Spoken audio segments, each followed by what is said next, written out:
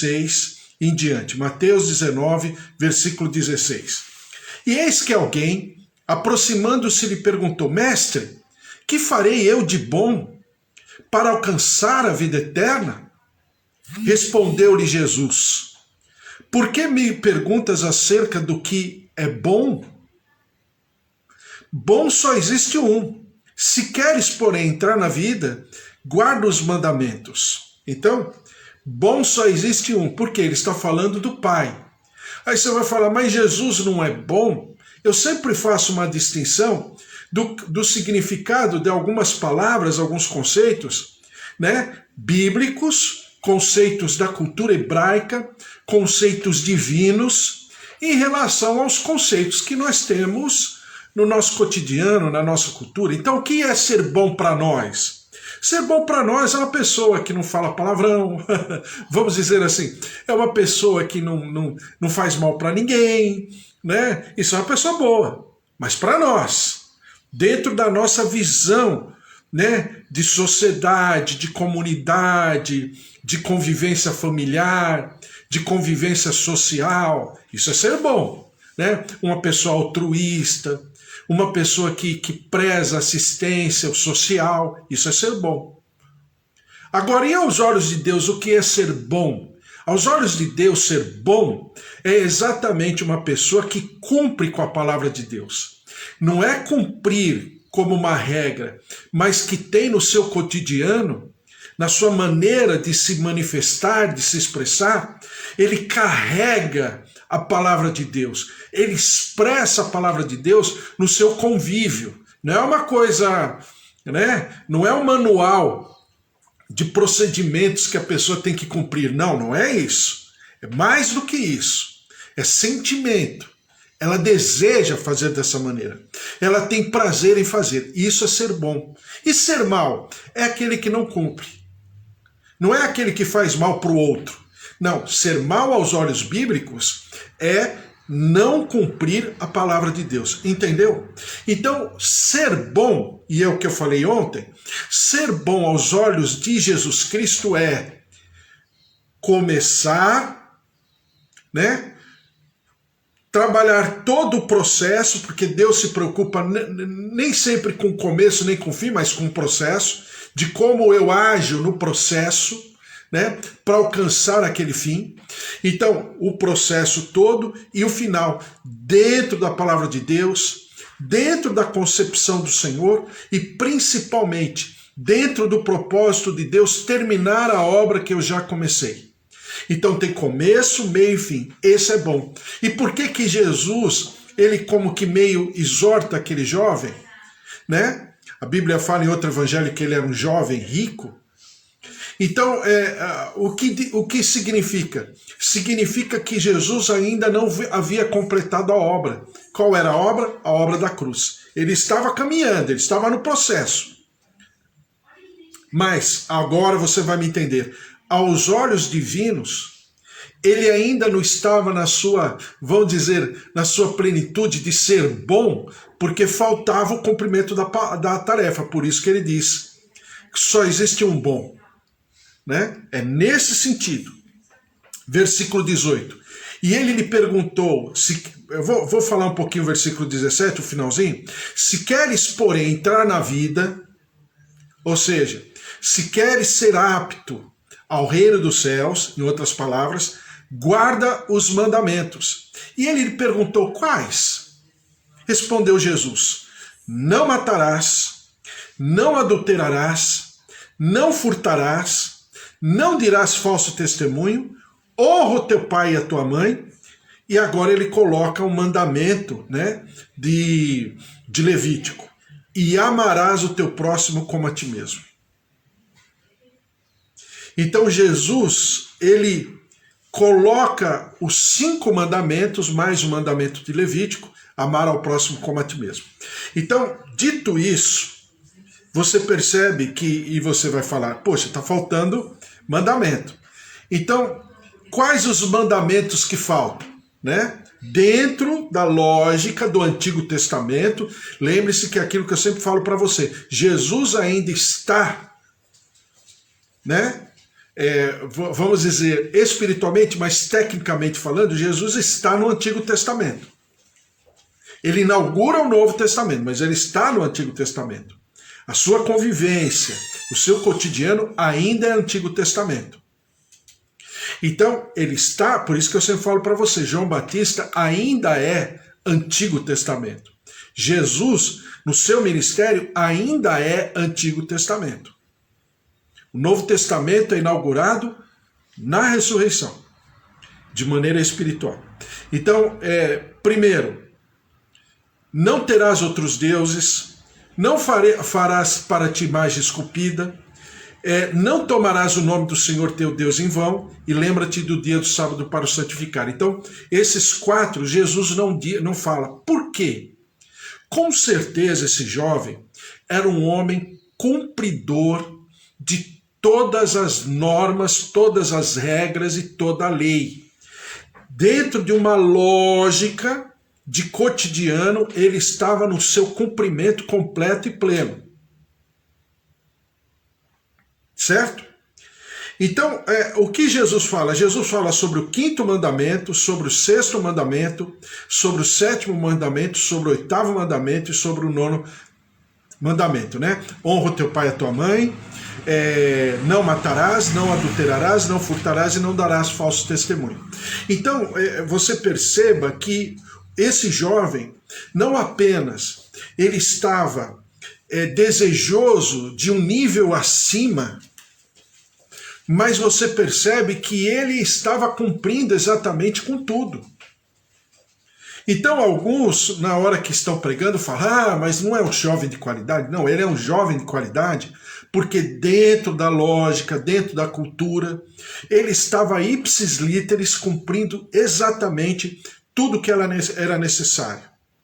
E outro evangelho fala que esse jovem tinha muitos bens, ele era muito rico. Então esse jovem, né, que você entende, e você pensando comigo a respeito, você entende desse jovem o seguinte: primeiro, um homem cumpridor de toda a lei do Senhor. Segundo, o homem que tinha estabilidade. Porque eu já falei isso para você, naquela cultura, uma pessoa que cumpria tudo era aferido aos olhos de quem estava conversando que ele havia tido, aos olhos bíblicos, uma boa educação. Então, se ele teve uma boa educação, é porque ele tinha pais, né? Pais equilibrados, pais tementes a Deus. Então, não havia instabilidade familiar. Olha, não havia instabilidade material financeira. Né? Que alguém poderia falar, olha, mas ele está com algum problema. Também não havia. E não havia instabilidade espiritual. Por que não havia instabilidade espiritual? Era uma pessoa que cumpria com tudo dentro da lógica de Antigo Testamento, dentro da lógica das regras que se deveria cumprir, né? Pelo menos humanamente falando, ele estava cumprindo tudo que era necessário. O que a Bíblia fala sobre o Antigo Testamento? Sobre ser salvo, sobre ir para o céu. A Bíblia diz o seguinte: porque amou a minha lei, poloei sobre um alto e sublime monte. Exatamente isso. Então, não adianta, né? Porque às vezes eu vejo as pessoas falando e até ministrando a respeito, e a intenção é boa, porque a pessoa está contextualizando, com certeza. É errado? Não é errado. Mas dentro da questão de Antigo Testamento, ele estava cumprindo. Então, qual era a situação dele? O porquê ele estava vamos dizer assim, um tanto quanto insatisfeito? Insatisfeito pessoalmente falando. Primeiro, porque ele é um homem de Deus. E por que ele está insatisfeito? Porque ele quer ir além. Olha o que Jesus disse para ele assim, né? E ele perguntou quais? Respondeu Jesus: não matarás, não adulterarás, não furtarás, não dirás falso testemunho, honra teu pai e tua mãe, amarás o teu próximo como a ti mesmo, enfim. Replicou-lhe Jesus, replicou-lhe o jovem. Gente, o jovem, ele deseja, ele está insaciavelmente buscando no Senhor como cumprir, como viver além. Então isso mostra o que? Uma insatisfação. Tudo aquilo que ele já estava vivendo, e ele não tinha estabilidade familiar, ele não tinha estabilidade, que eu poderia dizer que muitos buscam a vida inteira, uma estabilidade material, financeira, profissional, ele não tinha esse problema. E ele não tinha uma estabilidade espiritual também não. Porque segundo aquilo que era a vontade do Senhor, ele estava cumprindo. Então qual é o problema desse jovem? Misericórdia. Porque ele, gente, ele tem tudo de bom e do melhor. Não obstante tudo isso, ele ainda é uma pessoa equilibrada, de inteligência emocional, num nível maravilhoso. Uma pessoa sábia, aos olhos até divinos, porque era um cumpridor da palavra de Deus. Diz assim, replicou-lhe o jovem, tudo isso tenho observado, que me falta ainda? Quer dizer, depois de tudo isso, eu ainda estou com problemas no meu coração. Eu estou insatisfeito. Eu não estou feliz. A felicidade ainda não habita no meu coração. Disse-lhe Jesus, se queres ser perfeito, vai, vende os teus bens, dá aos pobres e terás um tesouro no céu. Depois vem e segue-me.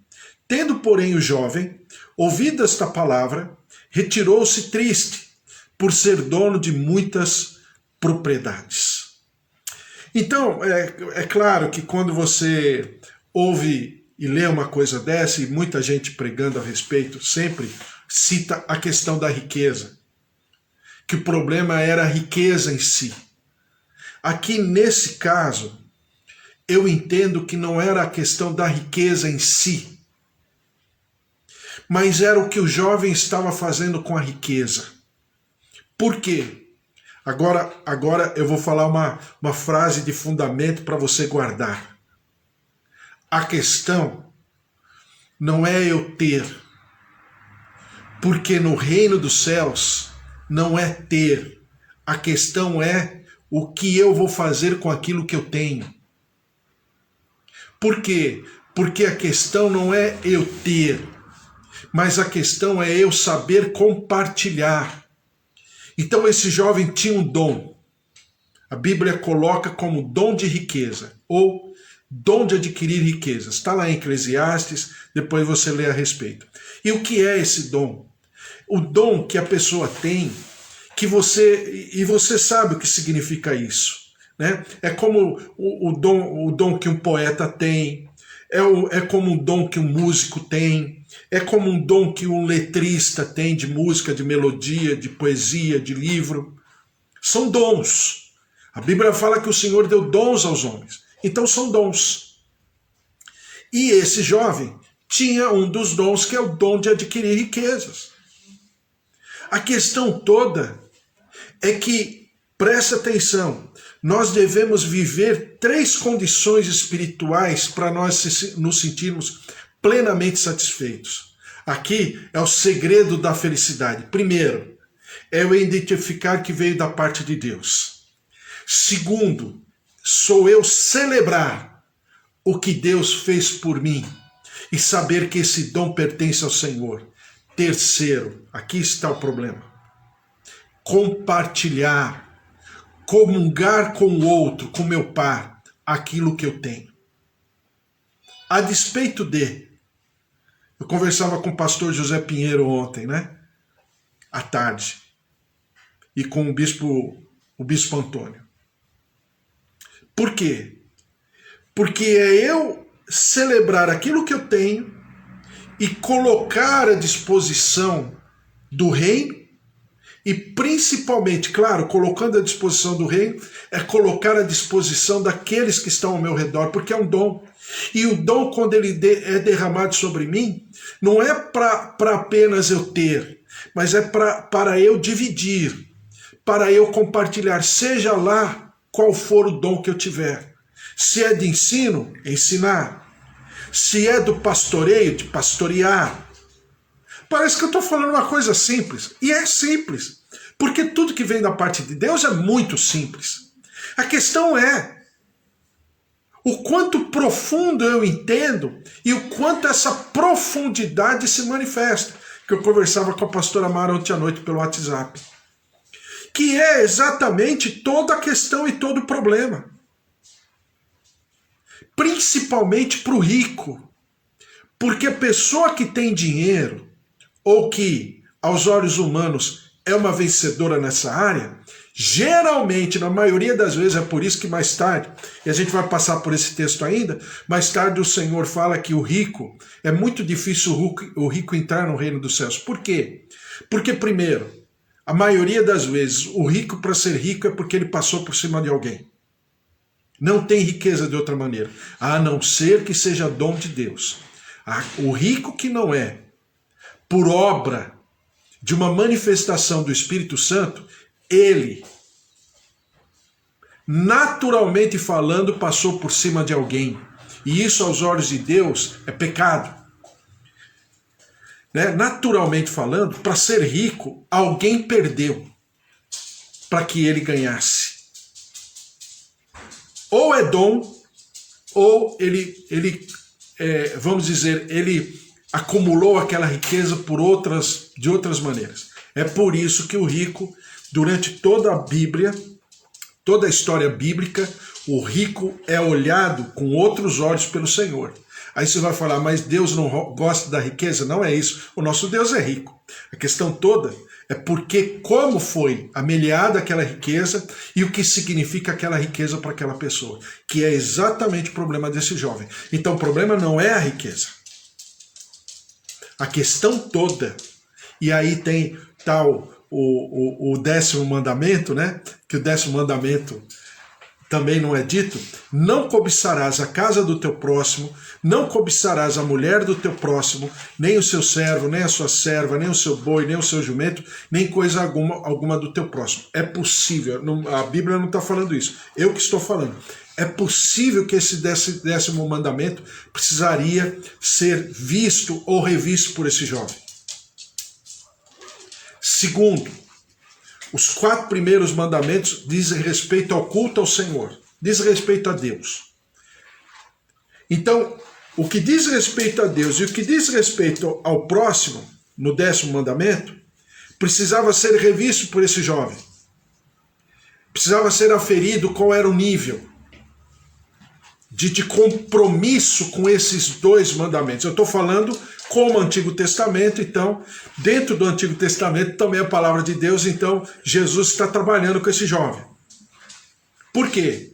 Porque quando Jesus toca na questão da riqueza, ele retrocede. Por quê? Alguma coisa ele fez para ficar rico daquela maneira.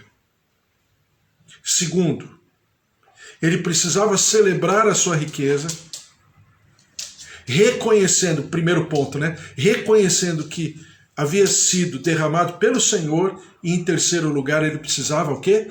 Compartilhar. Então faltava a ele dividir. Não é para ficar pobre. Aí alguns pregam, principalmente o pessoal da cultura mais católica, né? Ministram que as riquezas, o problema é a riqueza. Não, o problema não é a riqueza, o problema é o que é a riqueza, né? Qual é o lugar que a riqueza ocupa no meu coração. Às vezes eu posso ser rico, às vezes posso não ser. Não é questão de ter ou não ter. A questão é o que esse bem material, né? Esse bem da riqueza, do dinheiro, ocupa no lugar no meu coração. Lembra que eu falei para você, quando a gente falou de riqueza, lá em Mateus capítulo 6, que o único Deus que Jesus coloca no mesmo nível do Deus Todo-Poderoso que fez o céu e a terra é a riqueza. Por que a riqueza? Porque a riqueza deixa de ser uma questão material, de qualquer material, e passa a ser uma entidade. Agora, quem faz dessa riqueza entidade sou eu mesmo, não é ninguém, sou eu.